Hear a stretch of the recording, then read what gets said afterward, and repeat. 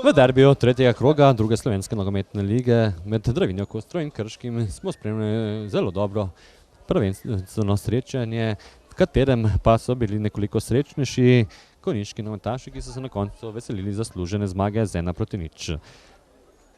V 13. minuti smo videli prvo nevarno priložnost, potem ko so sicer v uvodu srečanja bili konjiški nogometaši nekoliko konkretnejši, pa prva priložnost vendarle za goste, a je v 13. minuti Čelofiga pravočasno stekel iz vrat ter žogo pred Brdikom izbil. Novo priložnost so goste imeli v 20. minuti, Drnovšek je po podaji Brdika znova bil v priložnosti, domača obramba pa je na čelu z danes izjemnim mladim Grašičem žogo uspela izbiti v polje.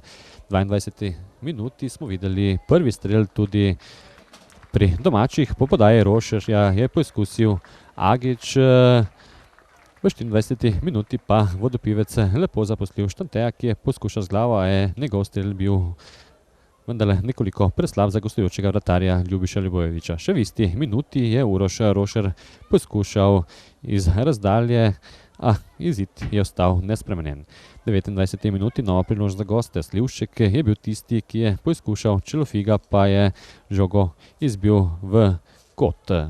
V 36. minuti nova priložnost za goste, prosti strel je izvedel Gazibegović, a je bil Čelofiga še enkrat na mestu, potem pa v naslednji minuti lep prodor Kosa po levi strani Štante, pa je bil le malenkost prenizek in žoge žal ni uspel preusmeriti v gol.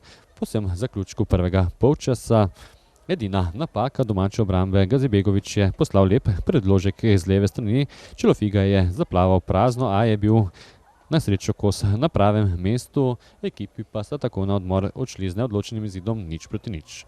V nadaljevanju srečanja Konjičani v prvih minutah nekoliko boljši nasprotnik, v 51. minuti tako beležimo novo priložnost domačih, prosti strel je izvedel vodopivec Hankič, pa je bil nekoliko nespreten.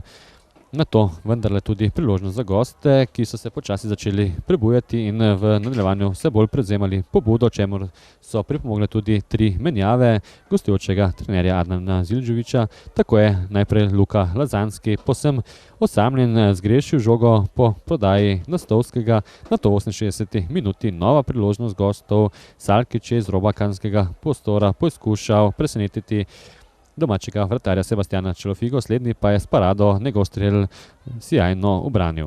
V 74. minuti še ena priložnost gostov, domači branilci so zleteli v prazno, Trgo pa je streljal Čelofigo, nato pa takoj protinapad Konjičanov, po katerem je poskušal Movčič, ki je z silovitim strelom poskušal presenetiti Ljubojevića, a je njegov strel zletel le za malenkost mimo leve vratnice.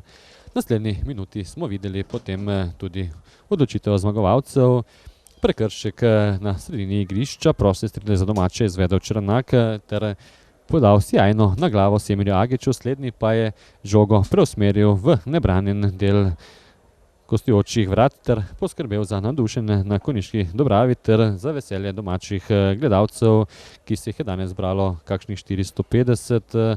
Z tem zadetkom pa so Konjičani tudi povedli, izid se do konca ni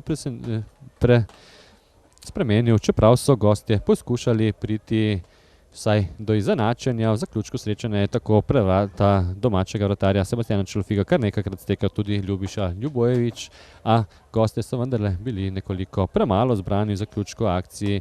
Njihova jalova premoč pa je trajala vse do 95. minute, kolikor jih je danes podaljšal glavni sodnik Asmir Sagrković. Slednji je pokazal sicer le en rumeni karton v športnem in fair srečanju, si ga je že v prvem polčasu prislužil Uroš Rošer.